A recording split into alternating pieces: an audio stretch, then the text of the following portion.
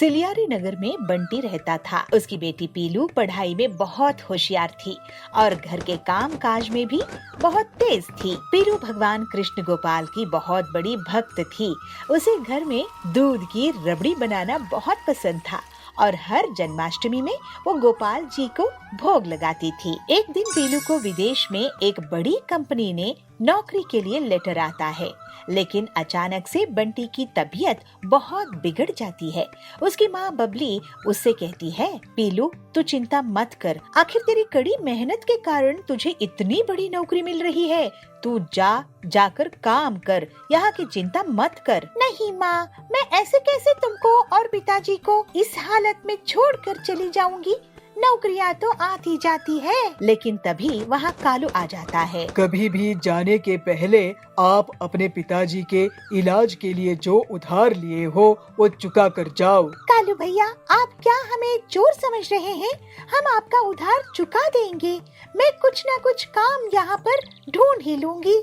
बेटी, तुझे इस जंगल में कौन नौकरी देगा? तू कितनी होशियार है। माँ, गोपाल जी के रहते आप किसी भी बात की चिंता मत करो, ये सब संभल जाएगा। फिर पीलू जंगल में नौकरी की तलाश में भटकती रहती है, लेकिन उसे कोई भी अच्छी नौकरी नहीं देता है। उसे एक आइसक्रीम की दुकान दिखती है। हरिया काका, बहुत भूख लगी है, थोड़ी आइसक्रीम देना। ये लो बेटे आइसक्रीम। ये अच्छी तो है, लेकिन विदेशी स्वाद वाली है, नकली फ्लेवर्स की बनी हुई। आजकल कौन घर में मिठाइयाँ बनाता है? हरिया काका, मैं घर में बहुत ही स्वादिष्ट रबड़ी बनाती हूँ। हर साल मैं अपने कृष्ण गोपाल जी को रबड़ी कुल्फी का भोग लगाती हूँ। उन्हें बहुत पसंद है मेरी हाथ की रबड़ी कुल्फी। तुझे कैसे पता कि उन्हें पसंद है? उनको भोग लगाने के बाद उसमें अलग सी खुशबू और मिठास आ जाती है। तो बेटी, यहाँ वहाँ क्या नौकरी ढूंढ रही हो? एक रबड़ी कुल्फी की दुकान ही खोल लो। लेकिन क्या लोग मेरी रबड़ी कुल्फी खाएंगे? मैं आइसक्रीम बेचने वाला तुम्हें कह रहा हूँ, सोच क्या रही हो? मैं तुम्हें दुकान चलाना सिखा दूंगा। देखो पीलू, तुम्हारी भक्ति से लोगों का भी भला हो सकता है। पीलू घर आकर ये बात अपनी माता पिता को बताती है और फिर उनसे इजाजत लेकर वो कृष्ण गोपाल की एक फोटो हरिया काका की दुकान में लेकर जाती है और उनके सामने वो हर रोज मटका रबड़ी कुल्फी बनाने लगती है। एक हफ्ते तक वो हरिया से मटका रबड़ी कुल्फी दुकान में बेचना सीखती है। बेटी, तेरी मटका रबड़ी कुल्फी बहुत ही स्वादिष्ट है। देख कितने लोग आ रहे हैं इसे खाने के लिए।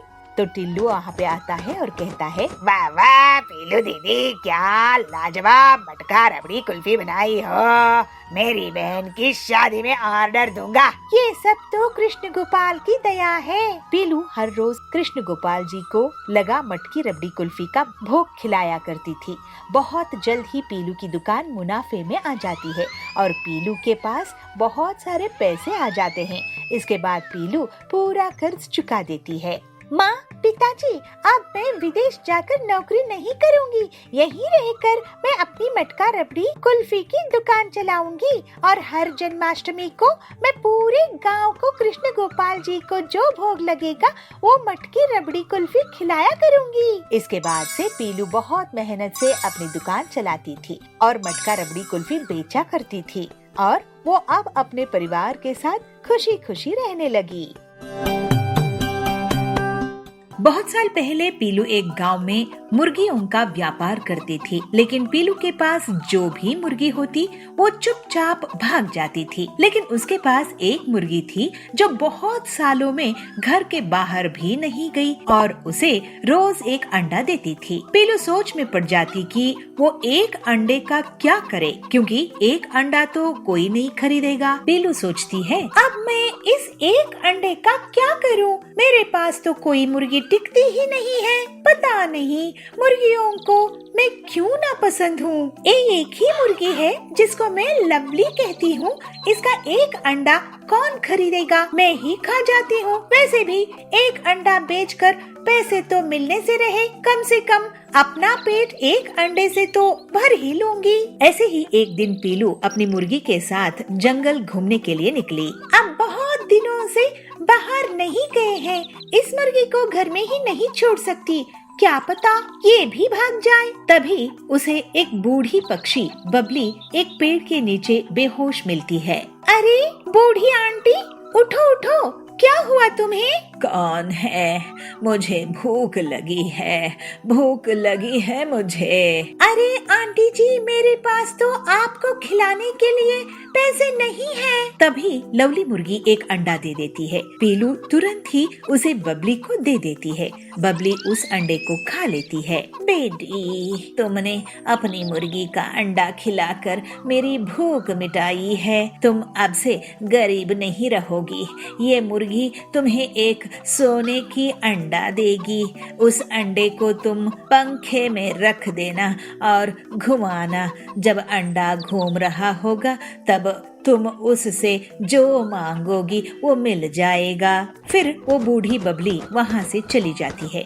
पीलू घर आती है और फिर अगले दिन लवली मुर्गी सोने का अंडा देती है। पीलू उस अंडे को पंखे में रख देती है। सोने के अंडे, मुझे ढेर सारे पैसे दो। अरे ये क्या, इससे तो कोई पैसा नहीं आया। आंटी जी तो कह रही थी चलो सोने के अंडे, मुझे पैसे कमाने का रास्ता बताओ। उसी गांव में खड़क सेठ था। वो लोगों से शर्त लगाकर पैसे कमाता था। पीलू उसके पास जाती है। खड़क सेठ, मैं तुम्हारे साथ शर्त लगाने के लिए तैयार हूँ। तू मुझसे क्या शर्त लगाएगी पीलू? तू पिद्दी चिड़िया है, तेरे पास एक मुर्गी ही तो है। ले देकर चल, मैं तेरे साथ भी शर्त लगा लेता हूँ। कल सुबह तेरी मुर्गी को 50 मुर्गियाँ देने होंगे, नहीं तो तू मुझे 2 लाख देगी। ठीक है, लेकिन अगर मैं जीती तो तुम मुझे 5 लाख रुपए दोगे खड़क सेठ। जा जा, एक मुर्गी से 50 मुर्गियाँ निकाल के दे मुझे। फिर पीलू शर्त लगाकर चली जाती है और सोने के अंडे को पंखे में रखकर उसे 50 मुर्गियाँ मांगती है। सोने का अंडा उसे 50 मुर्गियाँ दे देता है। अगले दिन खड़क सेठ ये देखता है तो उसका सिर चकरा जाता है। ये धोखा है, ऐसा नहीं हो सकता। धोखेबाज तुम हो खड़क सेठ। भोले भाले लोगों से शर्त लगाते हो और उनकी जमीन हड़प लेते हो। अरे तुम शर्त जीती, मैं हार गया। ये लो 5 लाख रुपए।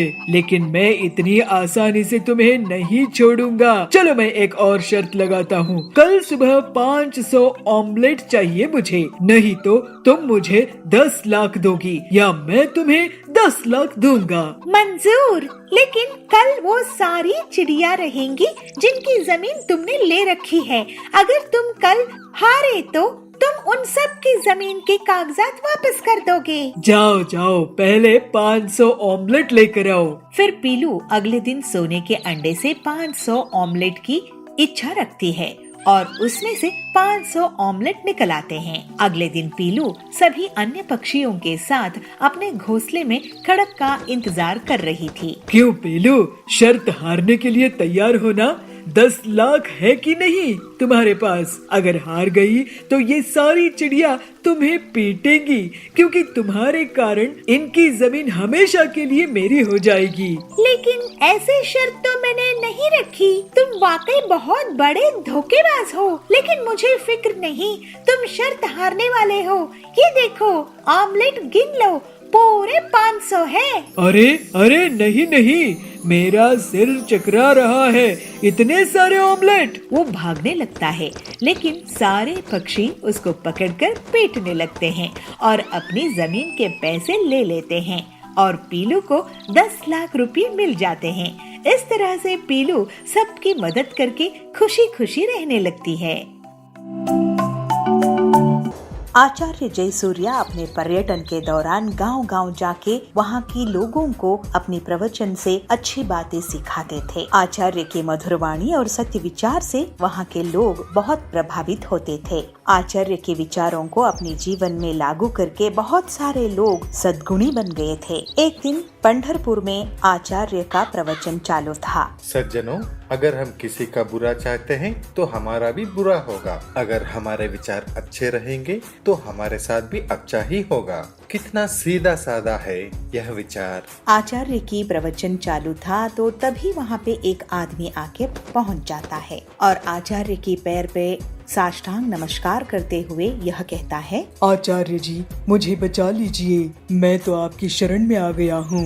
अरे मैं कौन होता हूँ तुम्हें बचाने वाला? हम सब की रक्षा तो परमेश्वर करता है। आचार्य जी आप ऐसा मत कहिए, हमने देखा है आपकी वाणी से बहुत सारे लोग अपनी जिंदगी संवार चुके हैं, सब आपकी नाम की जपमाला जपते हैं। अच्छा बंधु, आपका समस्या क्या है बताओ। मैं एक डकायत हूँ। तभी सभा में बैठे सारे लोग एक दूसरे के कानों में खुसर पुसर करने शुरू कर देते हैं। अरे मैंने तो सोचा ही नहीं था कि ये डाकू है। अरे मैं सोच रहा था मेरी अंगूठी कहाँ गई, इसी ने चुराया होगा।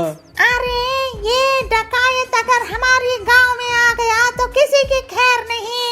लोगों की खुसर पुसर सुनते ही वह डकायत बोलता है, अरे मैंने जिंदगी बहुत देख ली है आचार्य जी, मुझे कुछ अच्छा नहीं लग रहा है। मैंने लोगों को लूट कर जमाया हुआ धन मुझे रात को नींद नहीं करने दे रहा है। अरे तुम्हारी कर्मों का तुम्हें पश्चाताप है तो तुम्हारी समस्या क्या है? आचार्य जी मैं ये सब छोड़ के सीधी साधी जिंदगी जीना चाहता हूँ, इसीलिए आपकी शरण में आया हूँ, मुझे मार्गदर्शन कीजिए। आचार्य डकायत की दुविधा समझते हैं और उसे कहते हैं, अरे वो तो बहुत ही आसान है, आज से अपना कुकर्म छोड़ दो और ये मन में ठान लो और उसी के पथ पे चल पड़ो।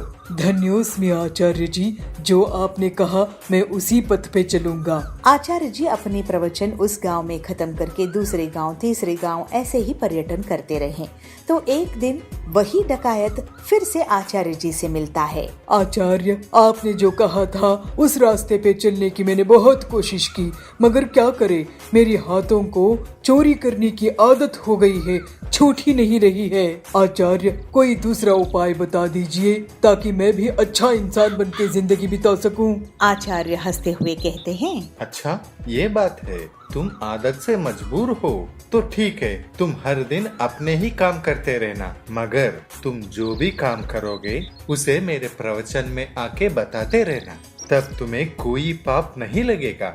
आचार्य की बात को सुन के डकायत को अच्छा लगा तो कहता है, अरे ये तो आसान है, मैं चोरी भी करूंगा मगर पाप भी मुझे नहीं लगेगा। आज से ही मैं जो भी चोरी करूंगा आपके प्रवचन में आके सबको बता दूंगा।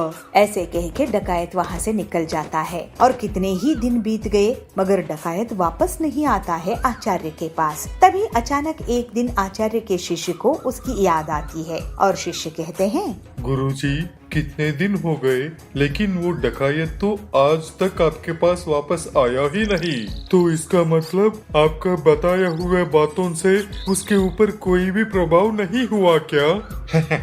ऐसा नहीं है मेरा शिष्य, उस पर प्रभाव हुआ है तभी उसी ने वापस नहीं आया। मेरा कहना है उसने चोरी करना छोड़ दिया होगा, इसीलिए उसने यहाँ नहीं आया है, वरना वो कभी का आ जाता। मगर गुरुजी ये कैसे हो सकता है?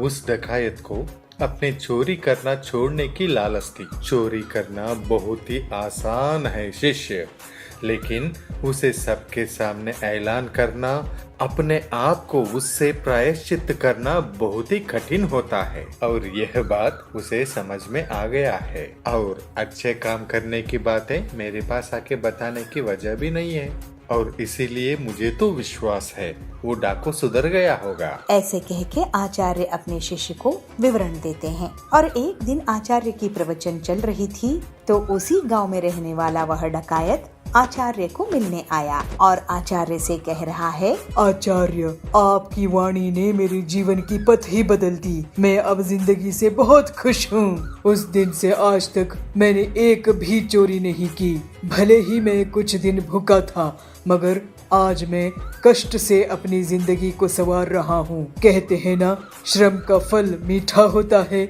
तो मुझे भी यह श्रम बहुत आनंद दे रहा है। आपकी आशीर्वाद मुझ पर सदा ऐसे ही बने रहे आचार्य। ऐसे कह के साष्टांग नमस्कार करता है। यह बातें सुनकर आचार्य के मन भी बहुत प्रसन्न हुआ और वह डकायत को कहते हैं, अब तुम्हें कोई प्रायश्चित की जरूरत नहीं है, अब तो तुम सदाचारी बन गए हो, तुम सदा सुखी रहो। ऐसे कहते हुए आचार्य अपने प्रवचन के लिए अगले गांव निकल पड़ते हैं।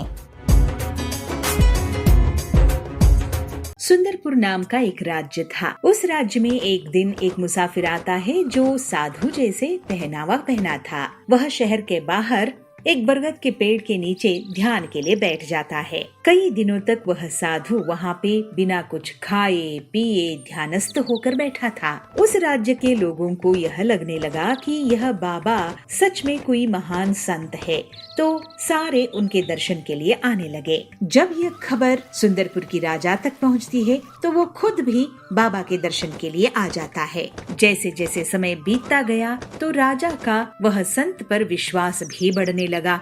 तो वह संत से राजा अपने छोटी बड़ी सारी समस्याएं, सारी बातें बांटने लगा और उनकी सलाह लेने लगा और उनके रहने के लिए एक अच्छा सा कुटीर भी बनाया और 2-3 सेवक को भी लगा दिया। राजा का कोई बेटा नहीं था, मगर राजा को एक बेटी थी और राजकुमारी बहुत सुंदर थी। राजकुमारी जैसी सुंदर आसपास की कोई राज्य में नहीं थी। सुंदरपुर की राजा ने अपनी बेटी की विवाह बहुत छोटी उम्र में ही बगल वाली राज्य की राजकुमार से निश्चय कर दिया था। महल के सारे लोगों को बात करते हुए सुनकर राजकुमारी भी वह संत से मिलने की इच्छा प्रकट करती है, मगर राजकुमारी को महल से बाहर जाने की इजाजत नहीं थी। मगर एक दिन राजकुमारी को मौका मिलता है और वो सबसे नजर बचाकर साधु को मिलने चली जाती है, मगर यह संत की भेष में ठगता वह कोई साधु नहीं था। जैसे ही वह राजकुमारी को देखता है तो वह मोह में पड़ जाता है और राजकुमारी से विवाह करने की आलोचना करता है। राजकुमारी केवल दिखने में सुंदर नहीं थी, बहुत होशियार भी थी। उसने वो साधु की आंखों में वो लालच देखी और उसे समझ में आ गया कि यह साधु कपटी है। जैसे ही मन में ये विचार आया, राजकुमारी वहाँ से भाग निकली, मगर साधु भी उसके पीछे पीछे उसको पकड़ने के लिए भागा, मगर वह पकड़ नहीं पाया। तो उसको बहुत गुस्सा आया। मुझसे बचकर कहाँ जाओगी? देखो तुम्हारा हश्र मैं क्या करता हूँ। अरे ये तो साधु नहीं है, ये तो कोई कपटी है, इससे तो बचकर मुझे महल पहुँचना ही है। राजकुमारी सोचती ही रही, मगर साधु ने अपने हाथ में जो त्रिशूल था उसको जोर से राजकुमारी की ओर फेंक देता है और राजकुमारी के पैर में वो लग जाता है। अरे मेरी पैर में ये लग गया, अब मैं कैसे भागूं? मगर राजकुमारी दर्द को सहन करने की शक्ति भी रखती थी, वह बहुत हिम्मतवर थी। तो उसने उस त्रिशूल को निकाल फेंका और जैसे तैसे करके महल पहुंच गई। अरे इसको तो किसी और को नजर नहीं आना चाहिए, इस घाव को मैं खुद मरहम पट्टी करूंगी। ऐसे कहते हुए अपनी घाव पे मरहम पट्टी करती है और घबराहट से राजकुमारी रोने लगती है। दूसरे दिन राजा साधु के पास पहुंचता है तो साधु सीधे मुंह बात भी नहीं करते। तो राजा दुखी होता है और पूछता है, क्या बात है गुरुजी? मुझसे कोई भूल हो गई? आप मुझसे बात क्यों नहीं कर रहे हैं? राजन, मैं जो कहूँगा वो शायद तुम्हें अच्छा नहीं लगेगा। कैसी बात कर रहे हैं गुरुजी? कहिए, क्या बात है? तो फिर सुनो राजन, इस राज्य में एक बुरी आत्मा है। अगर उसका अंत नहीं किया गया तो वो सबको खत्म कर देगी। यह सुनकर राजा के मन में घबराहट पैदा हुई और वह कहा, बुरी आत्मा कौन है वो? उसे कैसे पकड़ा जाए? यह आत्मा आपकी महल में एक सुंदर लड़की का रूप लेकर रह रही है। कल रात को ये आत्मा हमसे मिलने हमारे कुटीर पर आई थी, लेकिन जैसे ही हमने अपने त्रिशूल उसकी तरफ फेंका तो उसने अपनी असली रूप में आ गई। उसने एक भयानक रूप धारण कर लिया। अगर मैं साधु नहीं होता तो वो मुझे भी खत्म कर लेती। मगर गुरुजी, ये तो बताइए कि मैं उसे पहचानूंगा कैसे? ऐसे कहते हुए राजा अपनी चिंता प्रकट करता है। तब ये कपटी सन्यासी कहता है, उसे ढूंढो, उसके पैर पे त्रिशूल का घाव है। अपनी राज्य में डंका बजा दो, मिलते ही उसे कैद कर लो, फिर मैं बताऊंगा आगे क्या करना है। यह सुनकर चिंतित राजा अपनी महल के ओर दौड़ता है और महल के कर्मचारी को बुला के कहता है कि जिसकी पैर पे त्रिशूल की निशान है उस लड़की को ढूंढने के लिए। उसके महल के नौकर और सैनिक पूरे राज्य में ढूंढते हैं, मगर उनको ऐसी कोई लड़की नहीं मिलती है। मगर आखिर में यह पता चलता है कि राजकुमारी की पैर पे त्रिशूल का निशान है और यह बात सेवक आके राजा को सुनाते हैं। यह बात सुनते ही राजा परेशान होकर साधु के पास पहुंचता है और सारी बातें साधु को कहता है और यह निवेदन करता है कि शायद साधु से कोई भूल हुआ हो। साधु को तो ये अंदाजा था, वह पहले से ही सोच कर बैठा था और राजा से कहता है, राजन, तू जिसे राजकुमारी समझ रही हो वो असल में तुम्हारी बेटी नहीं है।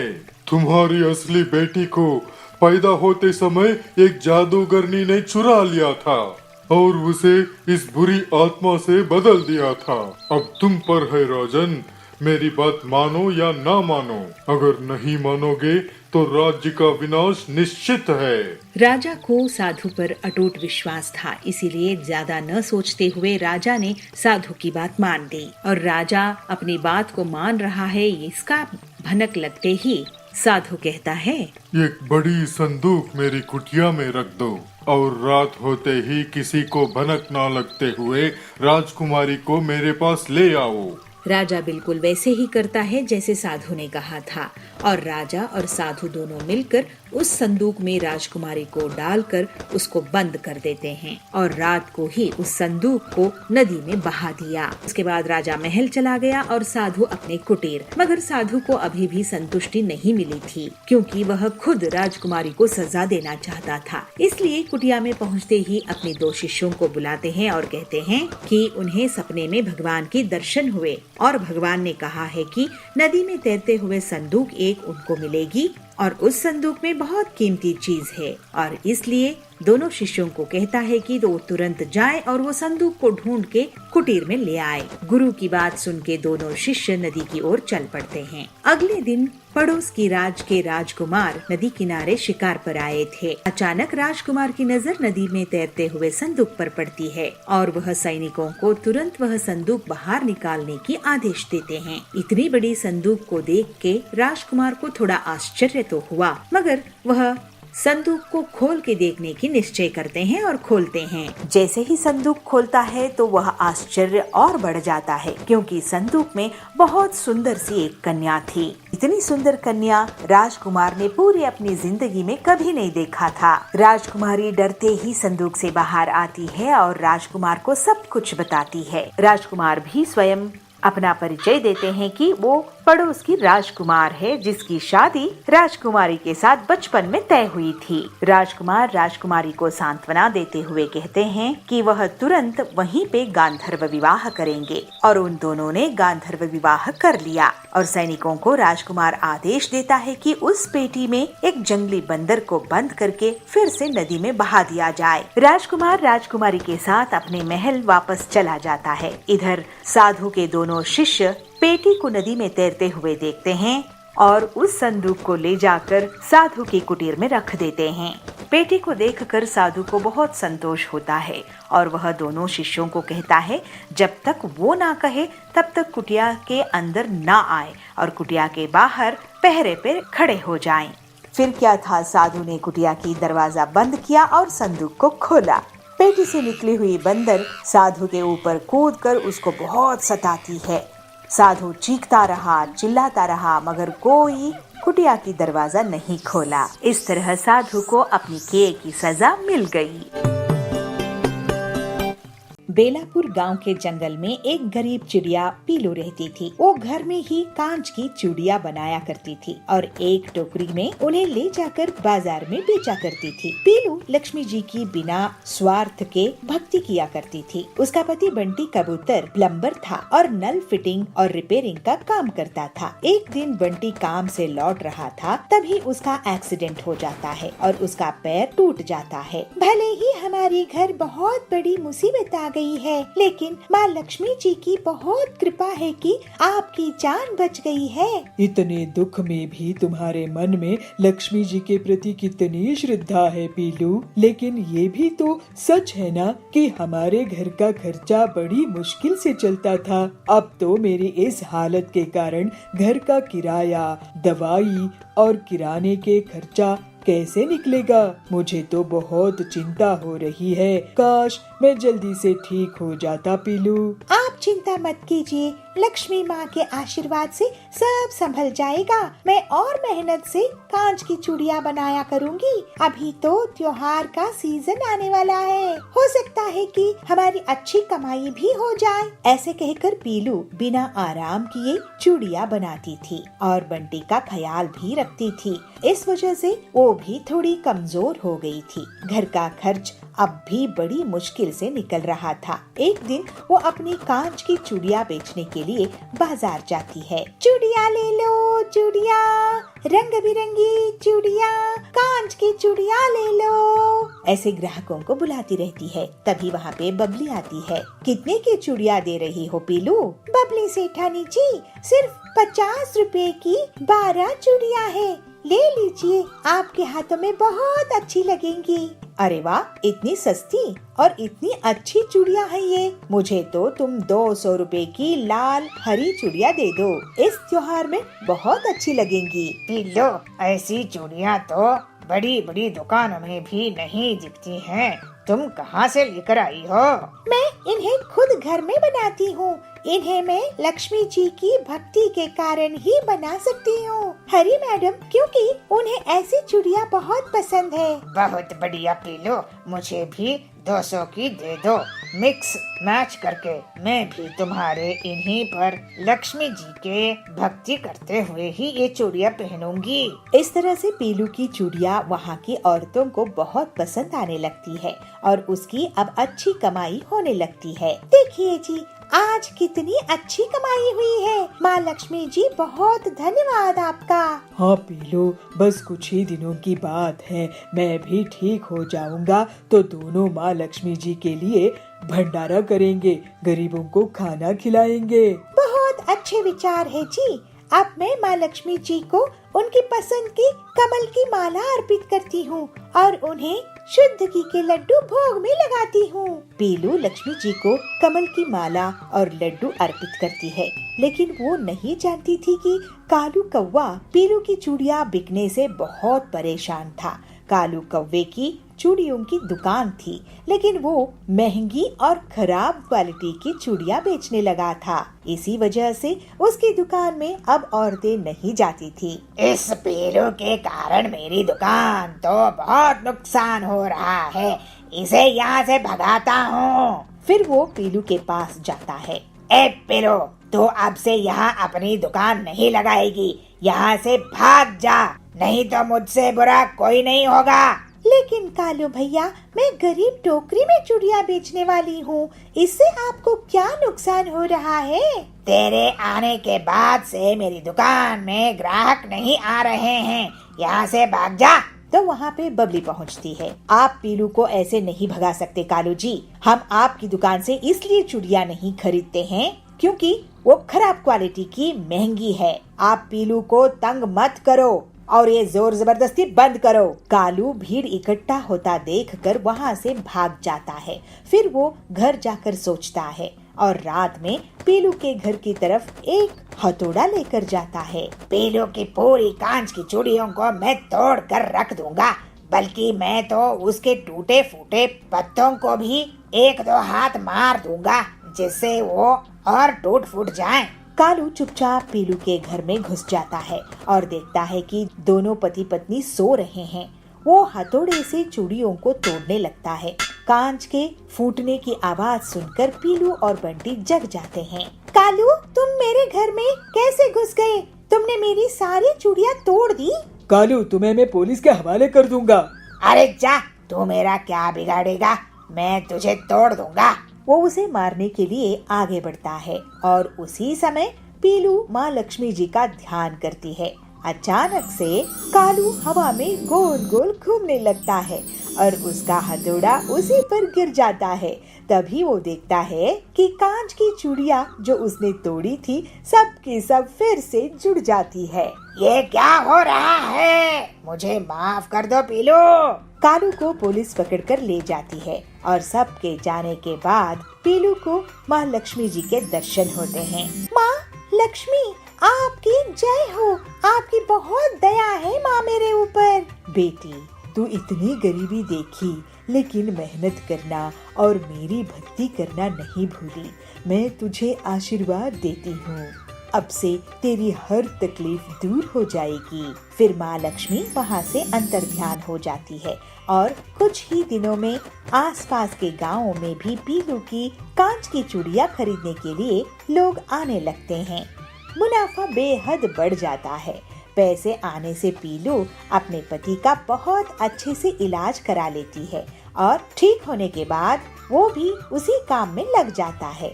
फिर दोनों पति पत्नी लक्ष्मी जी के लिए भंडारा करवाते हैं। इस तरह से अब उनकी गरीबी दूर हो जाती है और वो हंसी खुशी रहने लगते हैं।